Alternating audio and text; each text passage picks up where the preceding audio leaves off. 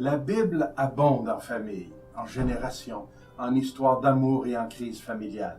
Depuis la première page où entre en scène la famille d'Adam et Ève, avec leur cortège de violence, mais aussi avec la force de la vie qui continue, jusqu'à la dernière page, où apparaissent les noces de l'épouse et de l'agneau.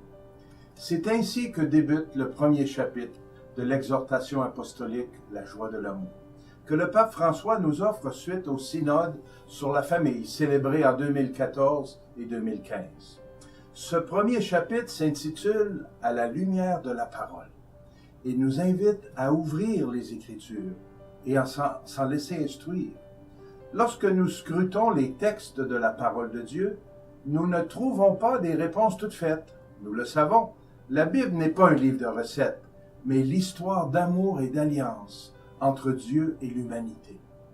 Depuis le début de l'histoire humaine, Dieu veut partager ses biens à un homme et une femme qu'il crée ensemble à son image et auquel il confie l'intendance de la vie, dont s'engendrent nos générations.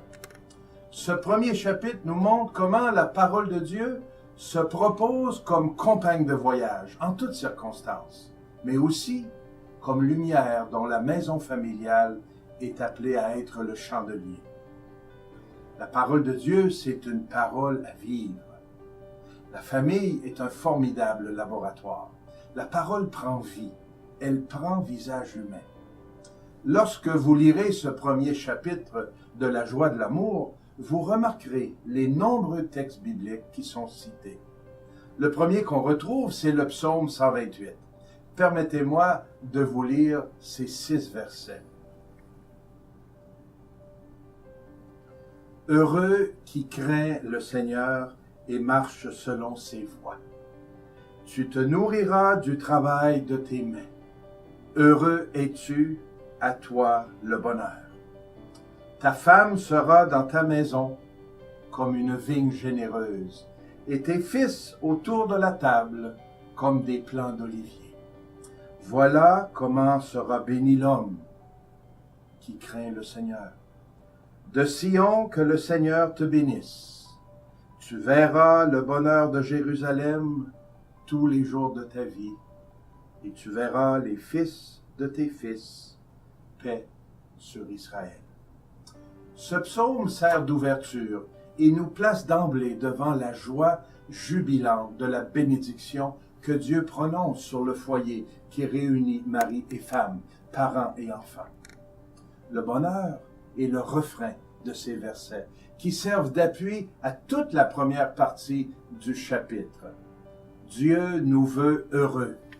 Il veut des familles heureuses et il s'engage pour que cela devienne possible. Il s'agit bien ici d'expérimenter la joie de l'amour qui trouve sa source dans la joie de l'Évangile. Par la suite, nous retrouvons les citations bien connues sur le couple et la famille dans les 2 premiers chapitres de la Genèse, au chapitre 19 de l'Évangile selon saint Matthieu et au 5e chapitre de la lettre de saint Paul aux Éphésiens.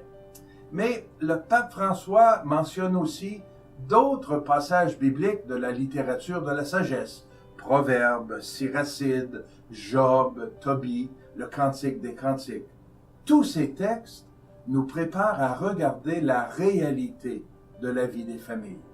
Nous y découvrons à travers les couples et les familles que nous présente la parole de Dieu, la vie comme un apprentissage de la relation à l'autre, le souci de la transmission de la vie comme un chemin de croissance à travers joie et épreuve. Très intéressant de constater que la parole de Dieu ne nous présente pas seulement des familles parfaites, des modèles sans histoire qui sont arrivés à l'harmonie et au bonheur. Le pape François a tenu à nous montrer des couples et des familles souvent de configurations bien disparates qui traversent des épreuves. Dieu les accompagne et les guide vers un bonheur réel, vers l'unité et la communion, pour surmonter les obstacles et les défis que la vie présente. Ces premières pages de l'exhortation apostolique, la joie de l'amour, nous rappellent que derrière l'alliance de l'homme et de la femme, il y a la réalité première de l'alliance de Dieu avec nous.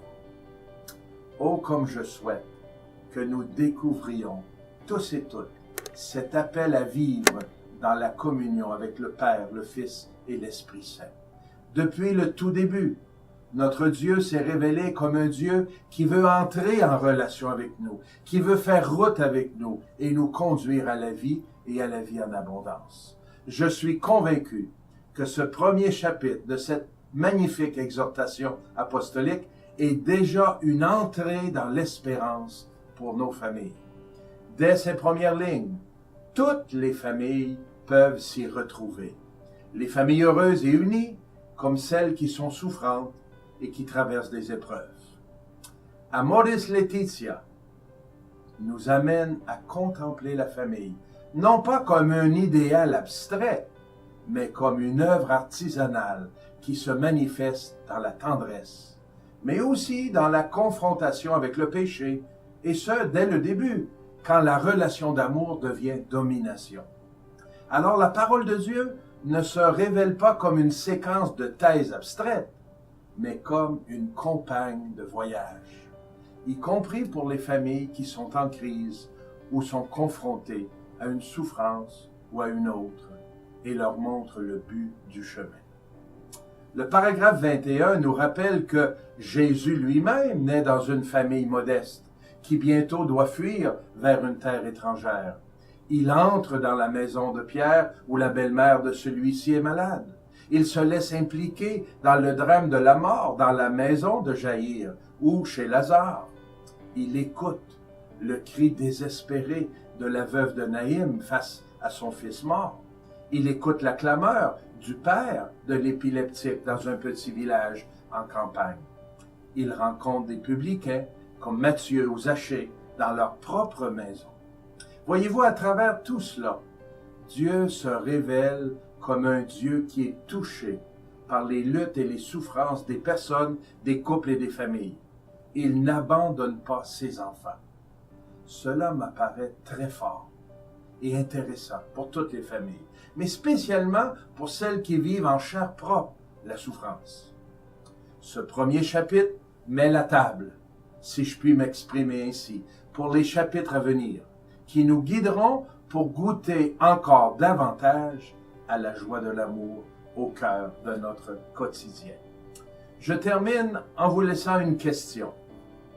Au paragraphe 22, le pape François affirme que la Bible est une compagne de voyage. Comment vivez-vous cela dans votre couple ou votre famille?